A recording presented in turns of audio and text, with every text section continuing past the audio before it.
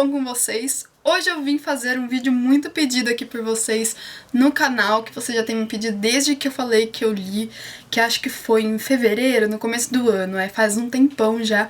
Porque primeiro eu estava esperando terminarem as minhas aulas sobre, literatura clássica para poder fazer esse vídeo.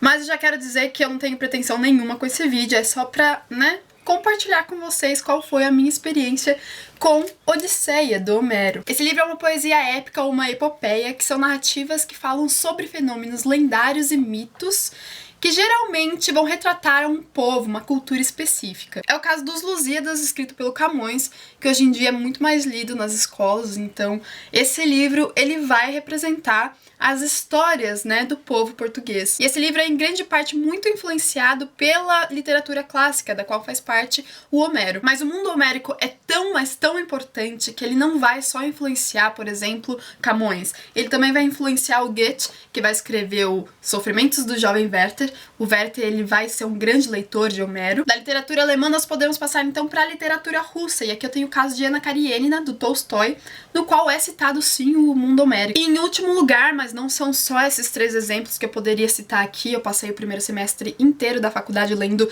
livros que citam o Homero, mas eu tenho aqui Ulisses, que só pelo nome a gente já pode perceber o quão importante foi Homero pro Joyce escrever esse livro. Então eu acho que esse daqui é um belo de um exemplo, e é literatura irlandesa, Então nós vemos que o mundo é muito influenciado pela literatura clássica, e não só nos livros, em todo o nosso cotidiano também. É que a gente não percebe. Mas então, voltando para Homero, nós temos então na epopeia um personagem principal, do qual vai se tratar a princípio o texto ou poema. No caso dos Lusíadas, o nosso protagonista seria o navegador Vasco da Gama, mas eu poderia dizer que o personagem principal mesmo seria o povo português, E aqui no caso do nosso livro da vez, nós temos então um livro falando sobre a vida de Odisseu.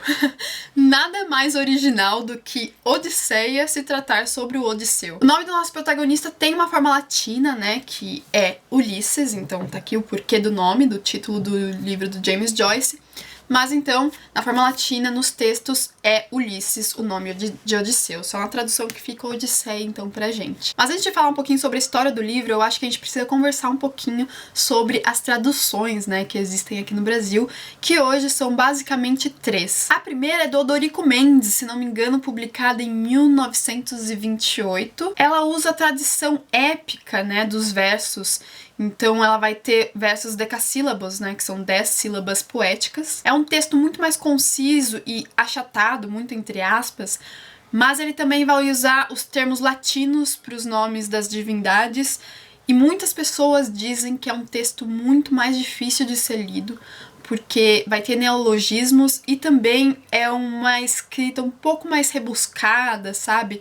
É um pouco menos tragável, assim, para um leitor de primeira viagem de Odisseia. Então essa seria a tradução mais difícil para alguns críticos e estudiosos do livro. Eu acho que isso em grande parte vem do fato de ser a primeira tradução, Sem contar que ela foi feita no século XIX e só publicada então em 1928. A segunda então é do Carlos Alberto Nunes, publicado na década de 1960, e ela teve como principal critério e preocupação seguir a métrica da Odisseia, do texto original mesmo. O que deu numa tradução com 16 sílabas poéticas em cada verso, e também muito mais ritmada e sonora, sabe? O ritmo dela e a sonoridade são muito mais palpáveis para o leitor. A terceira é do Trajano Vieira, que é professor de grego lá da minha faculdade. Ele publicou em 2011 pela editora 34 a sua tradução, que se preocupa tanto com a sonoridade do texto original quanto com o léxico mais rebuscado e elaborado. Sei que existe uma tradução portuguesa bem reconhecida, que é do Frederico Lourenço,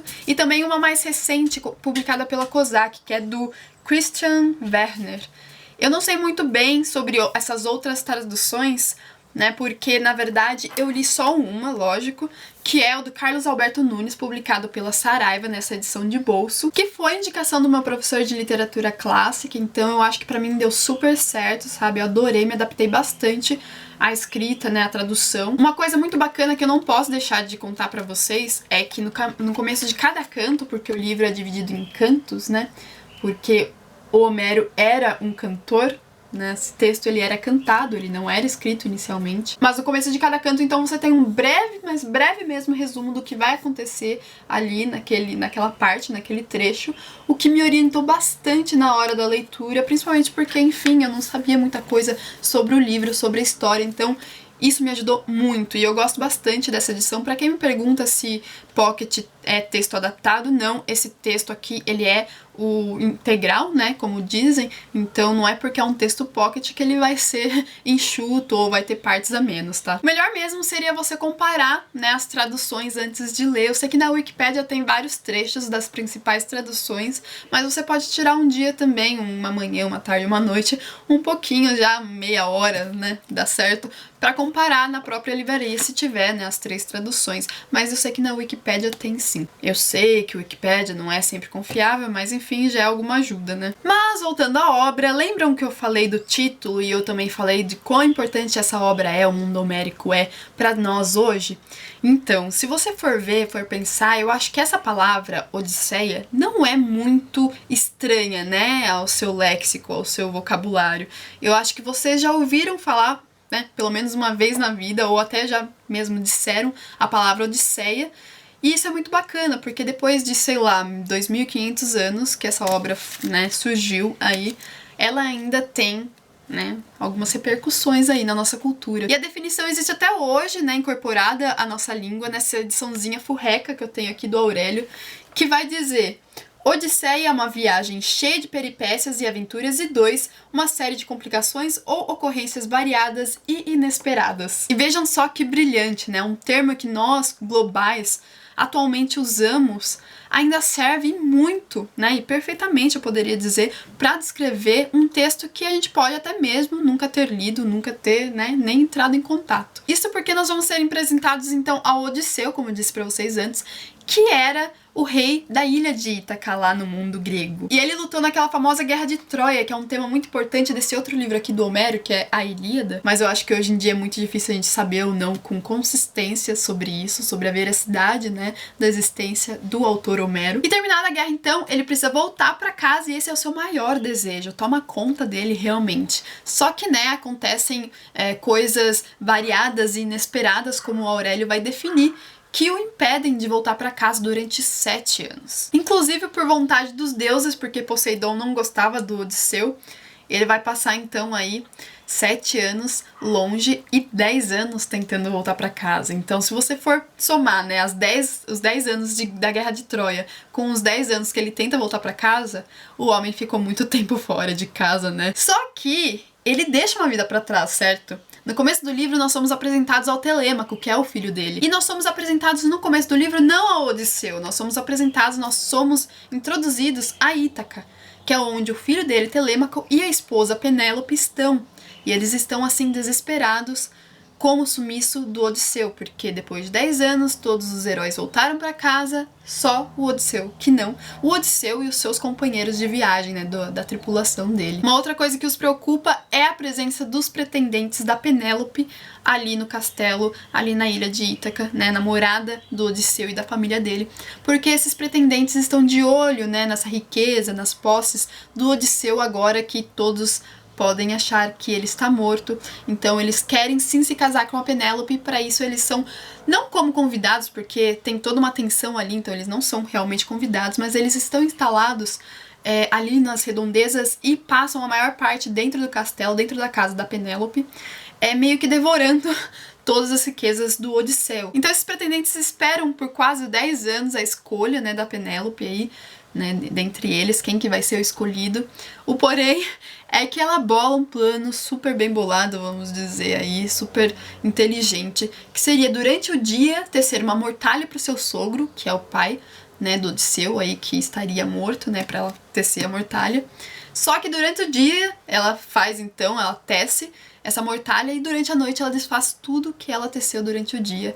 Então é por isso que ela vai adiar essa escolha por tanto tempo assim. Então no começo nós não acompanhamos o Odisseu. No começo você tem o prelúdio, que é o canto 1, no qual você vai ter a Assembleia dos Deuses, né, onde Atena, ela diz para Zeus que ela pretende ajudar o Odisseu né, a voltar para casa, porque ela vai ser a grande deusa ali que vai protegê-lo durante essa volta. E depois o livro é dividido em 6 grandes partes. A primeira parte, então, é a viagem de Telêmaco, e é aí que a gente vai ser apresentado a Ítaca, e nós vemos que o Telêmaco vai em busca de informações sobre o seu pai, né, no continente ali no mundo grego, e atrás de pessoas importantes, de reis também, que podem saber sobre o paradeiro do seu pai. Só na segunda parte, a partir do 5º canto, é que nós vamos ser apresentados a Odisseu, e é aí que a gente começa a perceber como que ele vai fazer para sair da ilha de Calipso, que é quem estava, né, prendendo ele por 7 anos em sua ilha. Ela é uma ninfa, que o seu nome significa dissimuladora, alguma coisa assim, então ela consegue prendê-lo ali por muito tempo,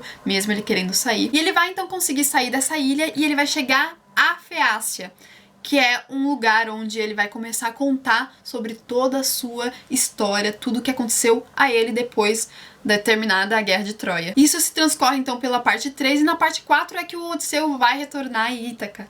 Só que chegando a Ítaca, ele tem outro grande problema, que é enfrentar esses pretendentes que já estão consumindo toda a sua riqueza. Do canto 4 ao 6º, então, nós acompanhamos toda a trajetória do Odisseu na sua própria casa, tentando fazer com que as pessoas saibam, suas pessoas amadas e próximas e, né, confiáveis, saibam quem ele é, para poder dar um jeito de se vingar contra esses pretendentes e retornar, né, ao status quo de anterior. E daí do canto 4 ao 6º, nós vamos acompanhar a trajetória do Odisseu, ia falar Ulisses, mas tanto faz, do Odisseu / Ulisses, a mostrar para as pessoas confiáveis, né, de sua casa e quem ele ama, tipo a Penélope e o seu próprio filho, quem ele é, sem, né, dizer realmente e dizer para todo o povo e para as pessoas que estão ali, inclusive os pretendentes, porque ele quer se vingar dessas pessoas.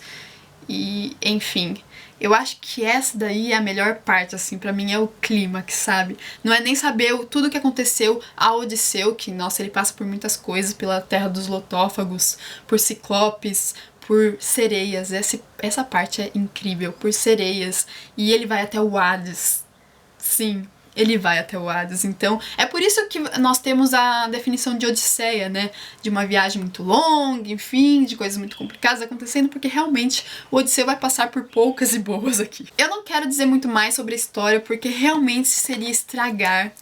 Mas, assim, eu tinha muito medo de começar a ler esse livro e eu me surpreendi extremamente, assim. É um dos melhores livros, com certeza, que eu li esse ano. E eu me surpreendi, assim, por vários motivos, não somente pelo fato de, sei lá, ser uma coisa, assim, bem incógnita na minha vida e de eu ter medo, né, quanto à dificuldade desse livro, mas também por depois até eu ver referências em muitos outros livros que eu estava lendo. Isso é muito gratificante, isso é muito empolgante, sabe? Então, se você tem muita vontade de ler esse livro e só não lê por, sei lá, medo ou por conta de algumas coisas que as pessoas dizem e tudo mais, não se prenda a isso, por favor, realmente dê uma chance à Odisseia. No começo não é tão fácil, porque é então uma poesia, mas depois que você se acostuma, né, à cadência do texto e tudo mais, é muito bacana de ler, é muito gostoso. Eu não posso, né, colocar minha mão no fogo pelas outras traduções, mas essa do Carlos Alberto Nunes eu gostei demais, assim. Não sei, sabe quando uma coisa te deixa muito feliz depois que você conclui e você percebe que realmente fez diferença na sua vida, assim? Então, né, como eu já disse antes, é um dos melhores livros, assim, do ano, com certeza. Inclusive, aconteceu até uma coisa muito interessante que eu pensei que nunca fosse acontecer, que é ter um verso de todo o livro. Eu não lembro quantos versos tem nesse livro, mas são muitos, assim. Aconteceu de eu ter um preferido, só umzinho. Dentre todos desse livro eu tenho, que até eu anotei, está no canto 22 e é o 329, o verso de número 329. Pra quem tiver aí e quiser dar uma olhada, eu não vou contar porque talvez, né, insinue aí um spoiler. Mas é no momento tenso, assim. Eu poderia que é no momento de vingança do Odisseu, porque sim, vai acontecer, né? Lógico. E, assim, é muito bacana mesmo, sério.